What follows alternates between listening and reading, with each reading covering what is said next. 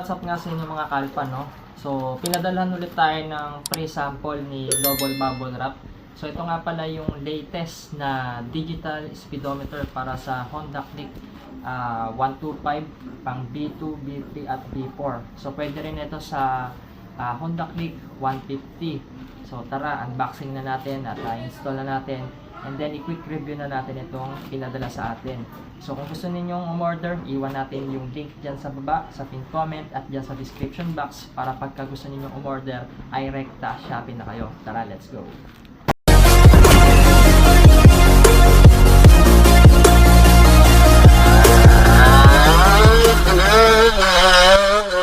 So, yun mga kalpa, tara, unboxing na natin itong pinadala sa atin. Yun ang ganda, oh. So, bali bagong design to ng digital panel. So, nakita nyo naman, pagka tanggal natin sa plastic, may bubble wrap agad. So, plug and play lang to. Wala na kayong babaguhin sa wiring. Wala na kayong ikakat-kat. Plug and play na lang. So, dito sa box, ganito yung itsura nya. Yung design nya, yellow-orange. May nakalagay, Moto Instrument, original quality. So, ito yung dating pinadala sa atin, pero iniba na yung design, ganito na siya. So, dito sa gilid may nakalagay JG brand.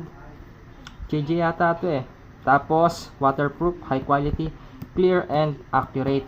So, marami kasing nagrereklamo dati yung sa mga ibang digital panel, hindi accurate yung RPM nya, pati yung gas tank. So, ito mas in-improve pa po ito. So, tara, buksan na natin. Ayan. So, sa loob ng box, ito na yung pinaka-digital panel. Meron pang bubble wrap, syempre. Tapos, tanggalin na natin yung plastic, syempre. Ayan. Para ma-install na natin. Napaka-crispy ng buttons, so. Oh, tapos, salpakan na rito.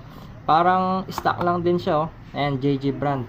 So, manufacture siya nung December 2025. So, bale, tayo pa lang yung unang motovlogger na meron ito. So, bale, ako nga pala yung pinagkakatiwalaan nila na motovlogger. So, bale, ambassador tayo ng digital speedometer. So, ito, bago to i-release sa market, tayo pa lang yung unang binibigyan. So, sinasabi ko yung mga dapat nilang i-improve, yung design, yung quality, yung sa mga accuracy. So, dapat accurate yung RPM, pati yung sa gas. So, yun. Yung iba kasi merong mga factory defect na natatanggap ng iba. So, sabi ko, ayoko naman mapaya sa mga pinopromote natin.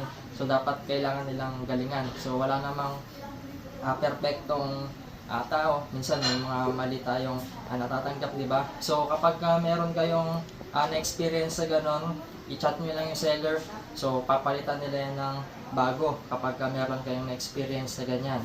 So, yun lang. Tara, samahan nyo akong mag-review tsaka installation nitong digital panel ng JG. Tara, let's go! Ito, tatanggalin na natin yung head cowling. Pwede ganito pala yung dati, oh, yung pinadala sa atin. Solid to quality. So, kung makita ninyo yung mga digital speedometer na tutorial, mga quick review, tayo yung kauna-unahang gumagawa niyan sa YouTube. Makita nyo lahat yung mga tutorial natin, mga installation, wiring. Makita nyo lahat yan mga kalpa, tayo yung una. Kasi nga ambassador tayo yung pinagkakatiwalaan. So, bago pa i-release sa market yan, bago ibenta, sa atin muna dumadaan. Tinatanggal na yung tornilyo dito. Dito kabilaan. Bali meron pa dito dalawa sa ilalim. Pagkatapos niyan, pwede nyo lang hugutin yung head cowling. Dito tatlong tornilyo yung tatanggalin nyo. Isa, dalawa, tas sa ilalim, pangatlo.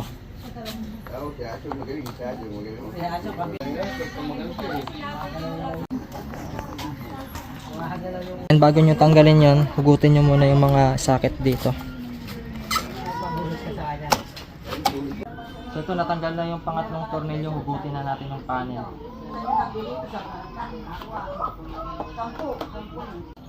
So bago natin i-fix, testing muna natin kung gumagana. Ayan, saksak na natin. So dito, nasaksak na natin. Try na natin yung welcome niya. Solid, napakaangas oh. Ang ganda. So bali dito, yung RPM niya hanggang 12,000. So sa 10,000 maglilimit na siya. So magpupula na. And then ito yung logo ng JG. Tapos ito, pwede siya sa click 150. So may ABS. Tapos ito yung fuel gauge. So digital siya. And then yung odometer, kilometers per hour. Tapos yung odo nandito. And then meron din siyang clock. Tapos meron ditong times 1,000 RPM. So bale times 12 mo sa 1,000, kaya siya 12,000. Tapos ito naman meron din siyang heat temperature sa coolant. So ito yung latest ngayon mga kalpa. So kung kargado kayo, napakaganda na meron kayong ganitong features. Tapos ito meron din siyang check engine, nandito lahat yan. Tapos ito yung kilometers natin. So pag click natin ito, so lalabas yung trip. Tapos may voltage din siya. Ayan. So pagka hinold ninyo, so ayan, nababago yung oras dito. Ayan. So kayo na lang bahalang magse-setup. So try natin paganahin. Check natin kung accurate yung digital speedometer. Ayan, try natin kung gumagana yung speed sensor nya. Ayan, lumalabas din yung RPM. So working siya. Ganyan natin yung mga nakasalpak.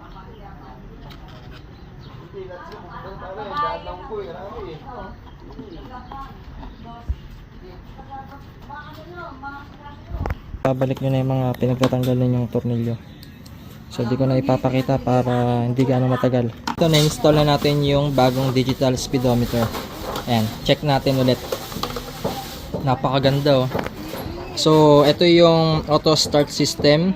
Tapos yung sa battery, yung sa high beam, tapos yung signal light. So ito, gumagana yung hazard nya. Off natin.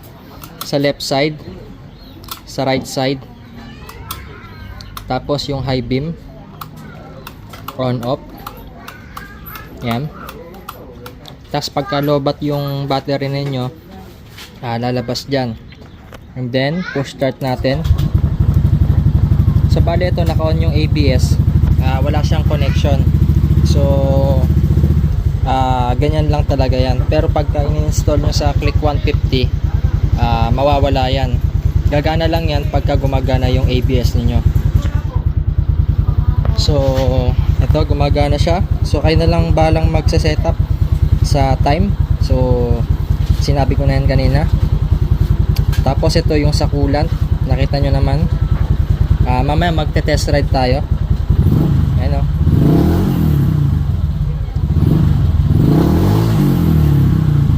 Solid. Working yung kanya, RPM, pati yung sa speed. Panalo. So bali ito na pala yung itsura ng motor ng kapatid natin. So bali sponsor ko lahat ito. Wala siyang ginastos na kahit piso sa mga pyesa niya. So bali gagawa natin ng quick review ito. So hiwalay na lang natin. So ito, Indo concept na circuit hybrid. Oh, panis, hybrid yan. So ito na yung panel nya. So ngayon ang gagawin natin, sasakay tayo ngayon dito. Check natin yung kanya accurization. Okay, pandarin mo na boy.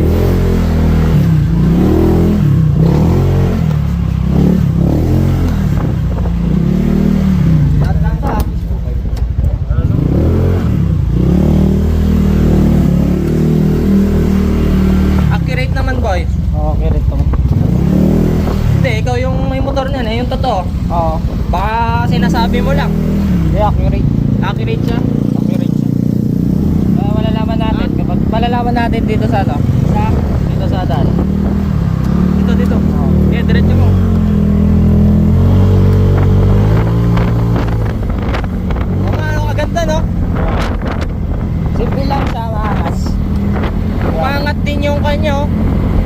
coolant temperature. Kanina tatlo to eh, di ba? Oo. Ibig sabihin umiinit, no? Oo. Bakas. Maganda to pag kargado kayo.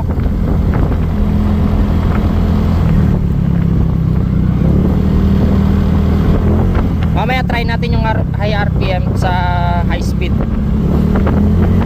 Marami kayo.